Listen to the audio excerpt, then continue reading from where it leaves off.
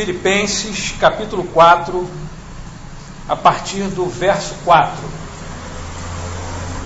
Carta do apóstolo Paulo aos Filipenses, capítulo 4,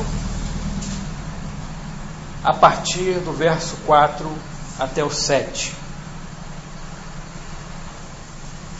Diz assim a palavra do Senhor: Alegrai-vos sempre no Senhor. Outra vez digo, alegrai-vos. Seja a vossa moderação conhecida de todos os homens. Perto está o Senhor. Não andeis ansiosos de coisa alguma. Em tudo, porém, sejam conhecidas diante de Deus as vossas petições, pela oração e pela súplica, com ações de graças. E a paz de Deus, que excede todo o entendimento, guardará o vosso coração e a vossa mente em Cristo Jesus. Senhor, eu te peço que Teu Espírito Santo venha aplicar essa palavra no nosso coração, Pai. Eu te rogo, Pai, que hoje, de maneira especial, o Teu Santo Espírito venha, Pai, nos inspirar, venha nos fazer olhar a vida de outra forma, sabedores de que quem está conosco é aquele que vem nos dar uma alegria que nada nesse mundo pode dar, Pai. Por favor, Senhor, faz assim com cada um dos meus irmãos, Pai. Em nome de Jesus, Pai. Amém. Essa semana saiu em alguns jornais uma notícia de que, lá nos Estados Unidos, as rádios, tanto AM e FM, elas alugam ou vendem espaços, horários, assim como acontece no Brasil, para que as pessoas que tenham condição de pagar aquele valor, né, que as rádios determinam por meia hora, 10 minutos, 5 minutos, 1 hora que seja, você ter o seu programa no ar, local ou nacionalmente. E lá tem uma cultura de ter não só programas, por exemplo, como a gente tem aqui, de cunho religioso, seja evangélico, seja católico, seja espírita, ou qualquer coisa do tipo. Existe lá uma grande série de pessoas que fazem programas que eles chamam de inspiracionais. Traduzindo, programas com discurso de autoajuda. Ou seja, meia hora, 10 minutos, 1 hora, o que seja, né? São programas em que quem aluga esse espaço usa para tentar inspirar a vida das pessoas que estão ouvindo o programa. Então, muitas pessoas que lançam livros de autoajuda têm esse tipo de programa e acabam divulgando seus livros. Por que eu estou falando isso tudo? Tinha um casal em Nova York que tinha um programa de autoajuda em que eles durante anos ficaram lá nesse espaço dessa rádio recebendo ligações ou e-mails de pessoas e tentando ajudá-las a ter uma vida melhor. Esse casal se matou semana passada.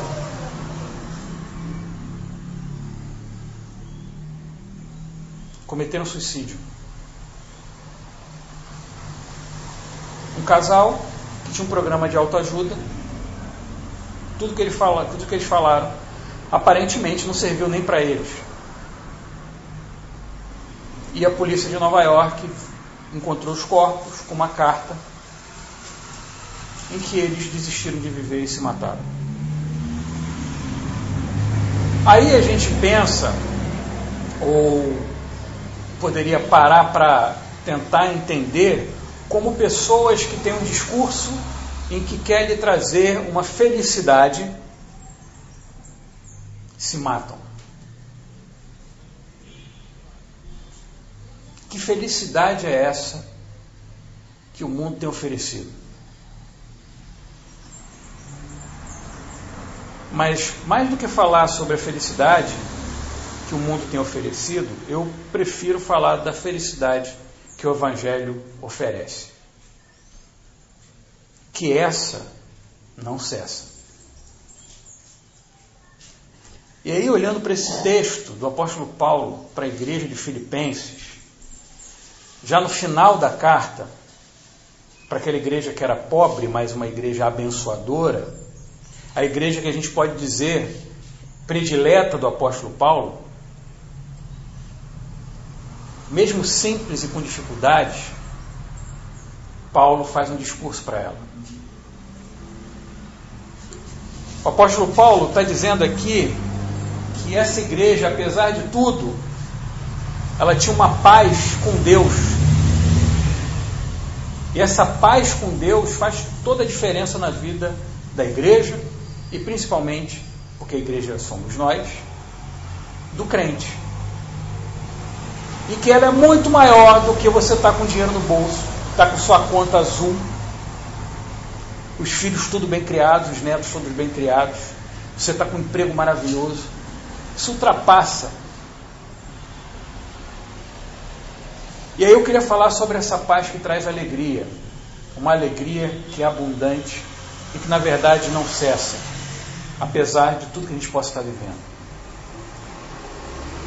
O apóstolo Paulo, ele já dá uma lição para a gente aqui no verso 4, de que a paz com Deus, essa paz com Deus, me traz alegria. Olha o que diz o verso 4: alegrai-vos sempre no Senhor. Outra vez digo, alegrai-vos. Lá no original, isso aqui é um imperativo, como a gente pode ver aqui também no português. Ele está falando para mim, para você, assim como falou para a igreja de Filipos, com todos os problemas que eles podiam enfrentar, que eles tinham que se alegrar no Senhor. É com uma exclamação no final da frase desse tamanho.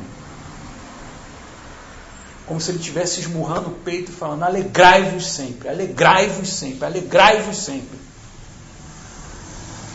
Paulo está falando aqui com uma igreja que ele ama, a igreja que supriu o ministério dele. Paulo está falando para uma igreja que era uma igreja pobre.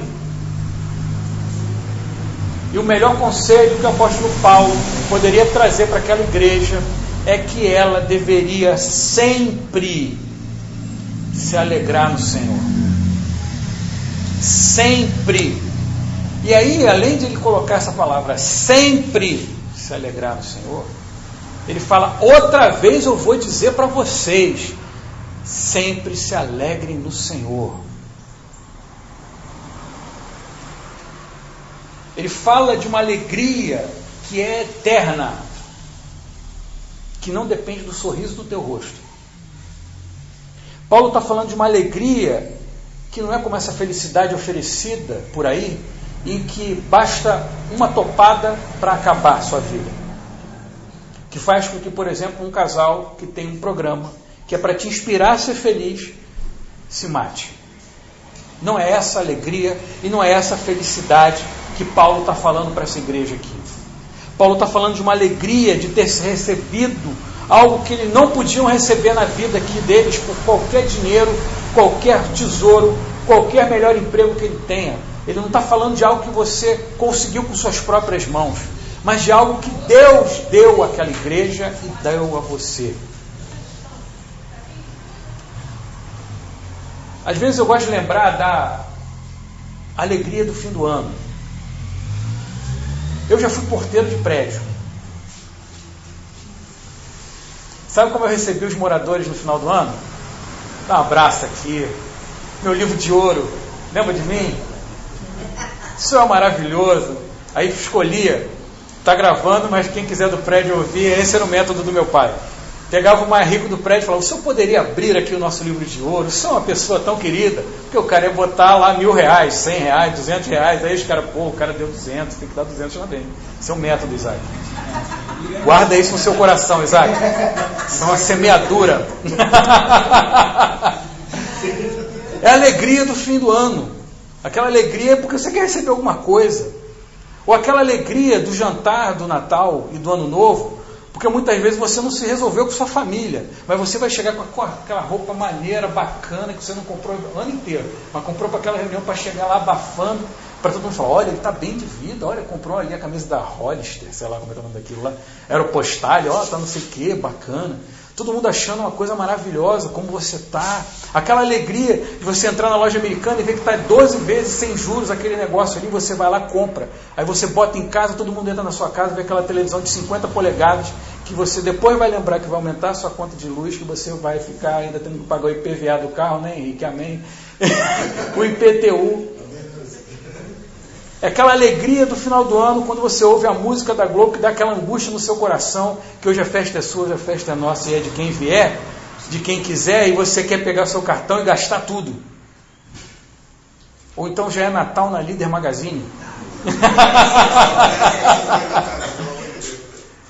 Esse tipo de alegria do fim do ano, que faz você querer algo, que logo depois, no dia 1º de janeiro, você vê, meu Deus, já entrei o ano endividado.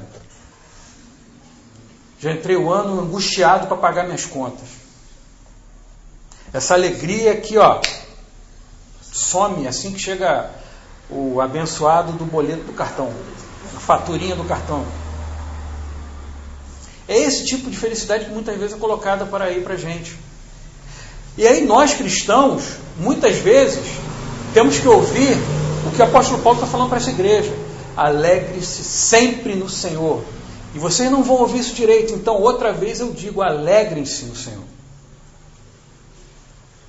Eu lembro sempre daquele filme Amistad, já falei isso, não me engano, semana passada, em que entram aqueles pastores puritanos com a Bíblia na mão entoando cânticos. Só que aquele barco era um barco negreiro, com escravos ali dentro, e aqueles homens taciturnos, fechados, com cara de enterro, cantando uma música sem nenhuma emoção, o pregador pegando a Bíblia, lendo o texto, jogando aquilo em cima daqueles homens, sem um sorriso no rosto, sem uma alegria no olhar, sem nada. E aí os escravos, dentro daquela masmorra mesmo que era, comentam um com o outro, eu não quero esse Deus, porque o Deus dele é triste.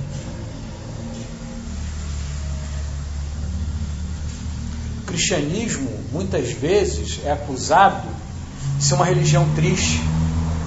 Mas eu olho para um texto como esse, eu vejo muito mais uma religião, digamos assim, que deveria ser de celebração.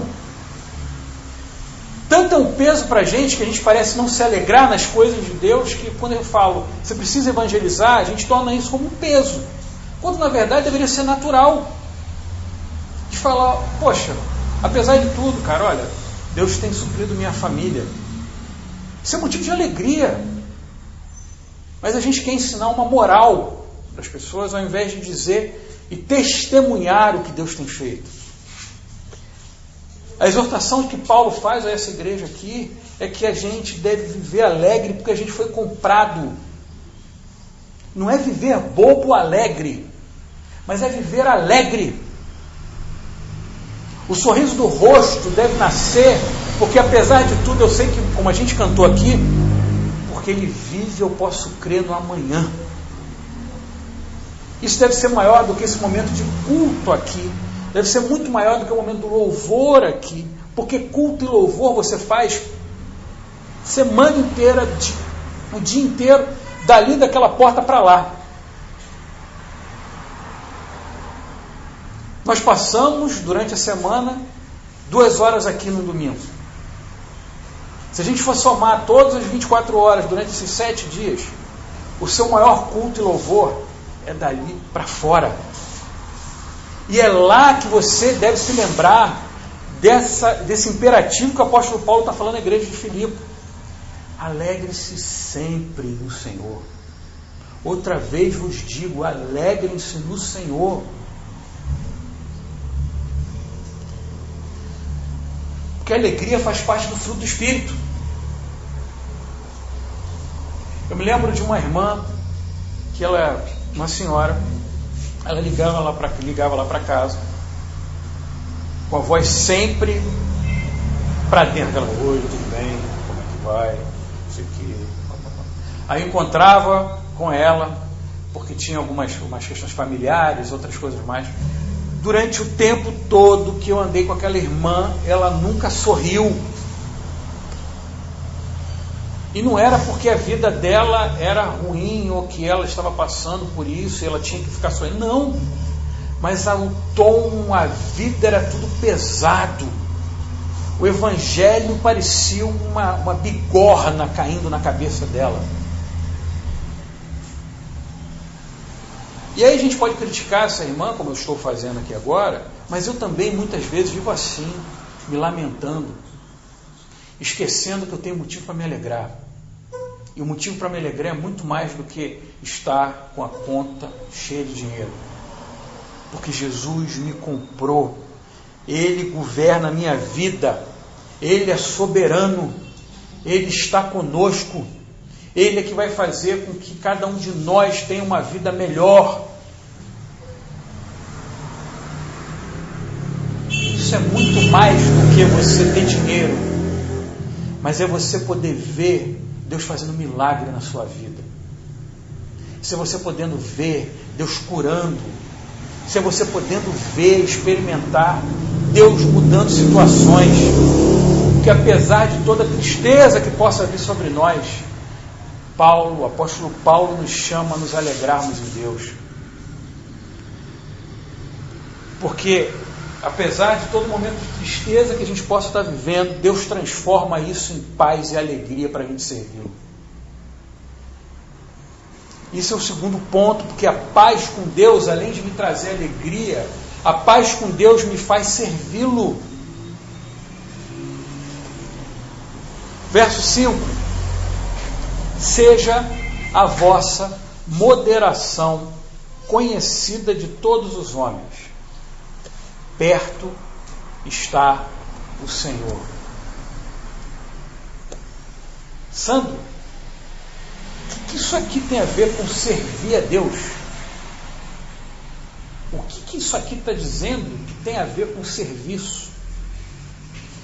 Quando a gente olha esse texto aqui, essa parte do texto que o apóstolo Paulo está aqui exortando a igreja de Filipe, tem a palavra que foi bem traduzida, porque isso é uma das possíveis traduções da palavra do grego, que seria moderação.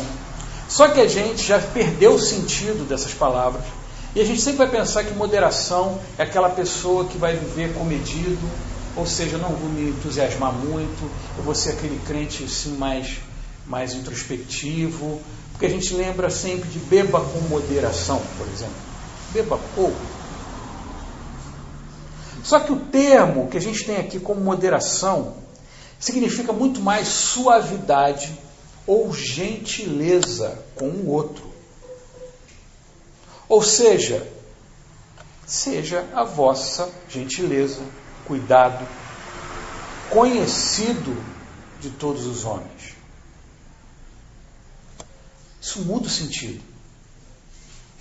Isso aqui está dizendo para mim e para você que a paz de Cristo, essa alegria que deve nos invadir e nos invade, principalmente nos momentos em que a gente se sente só, ela faz com que eu e você prestemos atenção no que está acontecendo ao nosso redor e haja. Ou seja, essa alegria de ter sido comprado por Cristo, de ter sido transformado por Ele, deve fazer com que eu e você sejamos pessoas atentas para fazer a obra dele no nosso derredor. O que o apóstolo Paulo está dizendo aqui para essa igreja é exatamente isso. Presta atenção que essa alegria que Deus te deu pode ajudar muita gente. O fato de você prestar atenção, de você cuidar, de você olhar para o seu próximo e amá-lo, vai fazer com que essa alegria ainda transborde muito mais, porque você ainda vai ter uma alegria de poder ver gente que não conhecia o Senhor, conhecer porque Deus te usou. O problema é que a gente parece crer nesse consumismo da alegria, que é alegrar-se, é ter tudo para mim. Eu vou acumular coisas e vou ser feliz. Só que a lógica do reino é o contrário. O fato de eu me doar é que me faz feliz. Porque nós temos um exemplo de um Deus que se doou. Ele se deu. O que Ele chama a mim e a você é que na vida, no nosso dia a dia, nós possamos abrir os nossos olhos e perceber que tem gente precisando de uma palavra de Deus. Precisamos prestar atenção, que tem gente precisando que a gente ajude.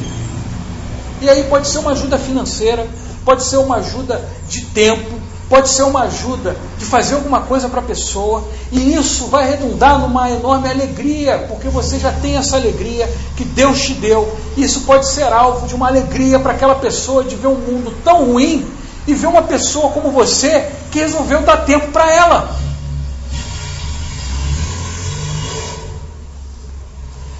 Primeira coisa que bate no coração da gente, ou uma das primeiras coisas que bate no coração da gente quando a gente vê ou lê algo do tipo, é achar: Sandra, eu não tenho muita condição. Sandra, eu preciso fazer um seminário, eu preciso estudar a Bíblia, eu preciso orar mais. Tudo isso você tem que fazer mesmo, orar mais, ler a Bíblia. Se quiser fazer um seminário, faça. Mas isso não vai fazer de você alguém como um crente melhor. Vai fazer alguém que sabe mais a Bíblia, que conversa mais com Deus, tudo isso. Mas você não faz isso sozinho. Você pode fazer seminário, você pode fazer tudo isso aí e achar que é pela sua força, mas não é. O que o texto está dizendo aqui para mim e para você é que precisamos estar atentos para fazer o bem, para fazer a divulgação do Evangelho do Reino de Deus a cada dia, e que você não está sozinho nisso. Sabe por quê? Perto está o Senhor. Sabe como a gente lê essa frase? O perto está o Senhor. Você já entrou no ônibus? Eu pego o ônibus aí tem uma plaquinha assim: você está sendo filmado.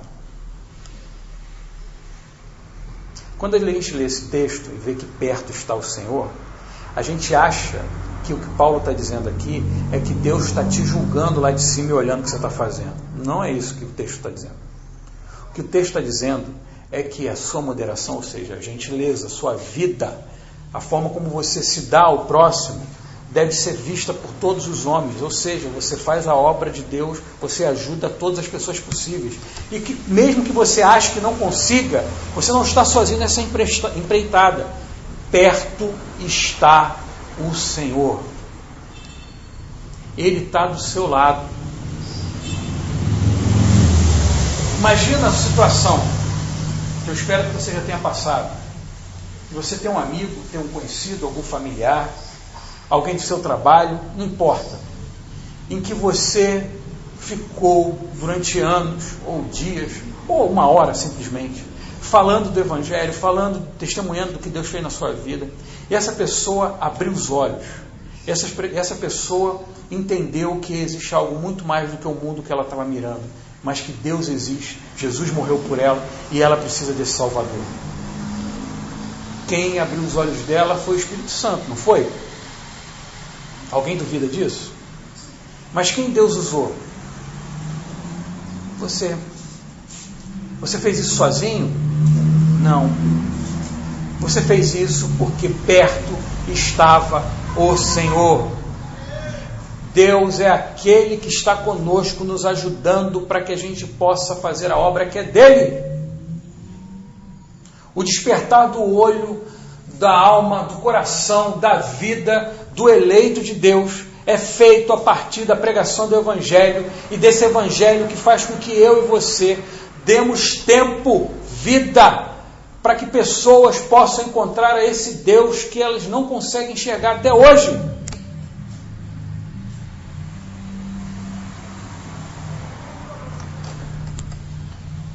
Deus te ajuda nisso. A obra é dele. O privilégio é nosso. A obra é dele. Precisamos entender, encarnar que o Evangelho precisa ser pregado a toda criatura.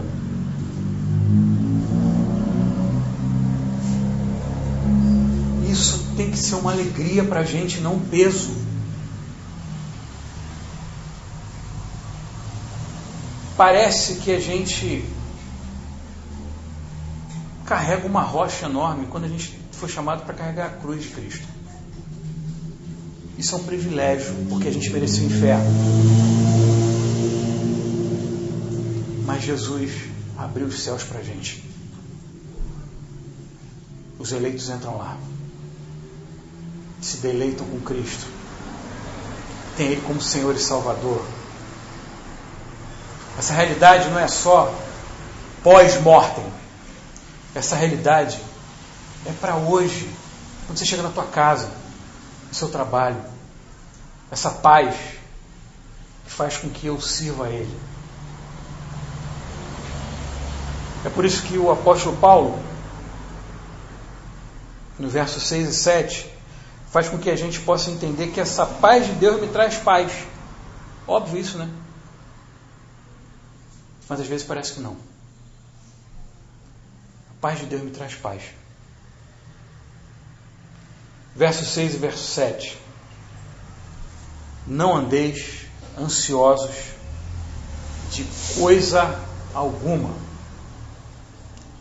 Em tudo, porém, sejam conhecidas diante de Deus as vossas petições, pela oração e pela súplica, com ações de graças. E a paz de Deus, que excede todo o entendimento, guardará o vosso coração e a vossa alma e a vossa mente em Cristo Jesus.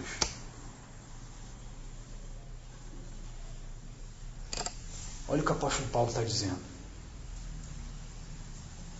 João Calvino, ele fala que esses dois versos aqui, esses versículos foram escritos para nós que não somos feitos de ferro e trememos diante das tentações. Estes versículos foram escritos para nós que não somos feitos de ferro, somos feitos de carne, ossos. Gente que sente dor. Gente que é chamado para ser alegre no Senhor numa segunda-feira com aquele patrão abençoado. Gente que passa problemas em casa, com filho, marido, esposa. Gente que se sente só. Gente que tem esse problema essencial do homem, que é esse pecado que habita em cada um de nós. E que tem todos os dias essas tentações de seguir as inclinações da sua própria carne. Só que o apóstolo Paulo, para essa igreja amada dele, ele fala que a gente não deve andar ansioso de coisa alguma. Jesus falou isso lá nos evangelhos. Em tudo, porém, sejam conhecidas diante de Deus as vossas petições. Eu tenho pensado, da nossa dificuldade contemporânea, tudo bem que isso é histórico, mas contemporânea, de orarmos. A gente tem uma facilidade enorme de colocar os nossos problemas no Facebook. Compartilhar lá, curtir o problema lá do outro. Mas nós temos uma grande dificuldade hoje de entrar no nosso quarto, fechar a porta, falar com Deus que está lá e que nos ouve em secreto, de que a gente precisa desesperadamente dele. Às vezes nossas petições, e eu estou dizendo isso porque a gente deve também ter amigos, eu tenho amigos em que eu posso falar das minhas dificuldades. Ontem foi um dia de encontro com amigos, pastores, em que a gente tem confiança um no outro, que pode se abrir, pode falar e pode estar junto. Mas mais do que me abrir com eles, eu preciso falar com Deus. Eu preciso colocar isso diante de Deus. O apóstolo Paulo fala que é pela oração e pela súplica com ações de graças. Parece que as nossas orações se tornaram verdadeiros lamentos. Parece que nossas orações são simplesmente aquela palavra pesada, como um descarregar, como se Deus não soubesse do que esteja passando conosco. A gente já falou sobre oração. O Senhor conhece tudo. E antes mesmo que eu diga qualquer coisa para Ele, Ele já sabe. Mas sabe o que a oração faz em mim? faz eu ser encharcado pela certeza que Deus me ouve e é comigo. A vontade dele vai ser realizada na minha vida, porque ele é soberano. Mas ele me enche de paz mesmo quando ele me diz não, porque eu ouço a voz daquele que é o meu Senhor. E aí, geração de graça, porque eu sei que ele me ouve.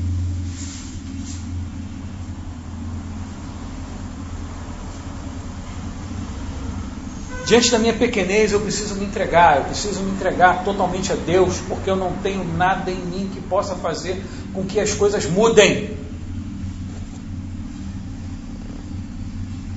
Preciso entregar tudo a Ele. Mesmo que hoje eu não possa estar sentindo essa tal paz que muitas vezes a gente mensura pelo consumismo que temos por aí. Mas eu preciso entregar isso a Ele, porque eu não tenho outra coisa a fazer. Isso aqui não são tipos de oração, como alguns gostam de dizer. Mas o que o apóstolo Paulo está dizendo é: meu filho, vai até Ele. Você não tem outro caminho. Toda a paz que eu tenho quando eu converso com a minha esposa e coloco questões junto com ela para que a gente ore junto, não é o me abrir com ela que faz com que eu me sinta bem. E nem o fato dela se abrir comigo vai fazer com que ela se sinta bem. Mas o fato de nós dois juntos estarmos diante do soberano Deus que ouve e transforma miseráveis pecadores em filhos dele. Por quê? Porque ele me amou primeiro. Porque ele é o Deus que aguarda no quarto secreto. Porque ele se alegra quando eu e você estamos com ele. Gostando disso ou não. Eu não consigo enxergar o Deus soberano sem um sorriso no rosto, mesmo que ele não tenha, de ver pecadores como eu e você se derramando diante dele.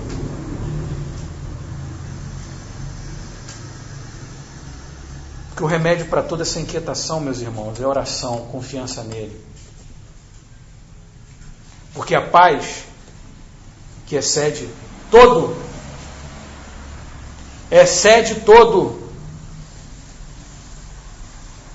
entendimento, guardará o vosso coração e a vossa mente em Cristo Jesus. Não é em qualquer lugar, é em Cristo Jesus.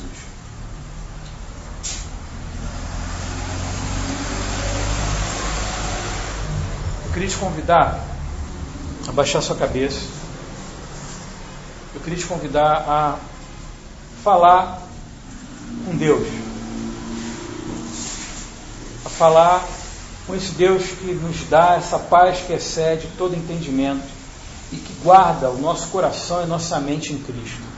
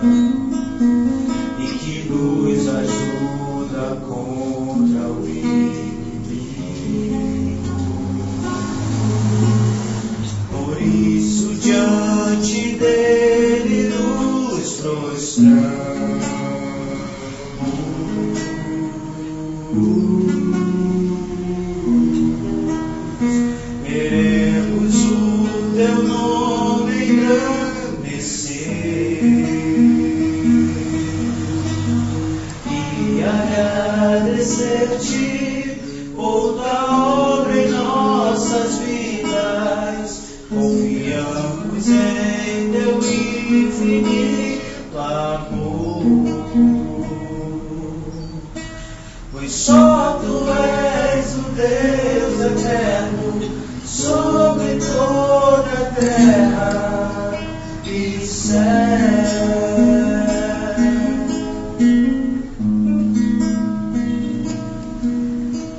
Alegrai-vos sempre no Senhor.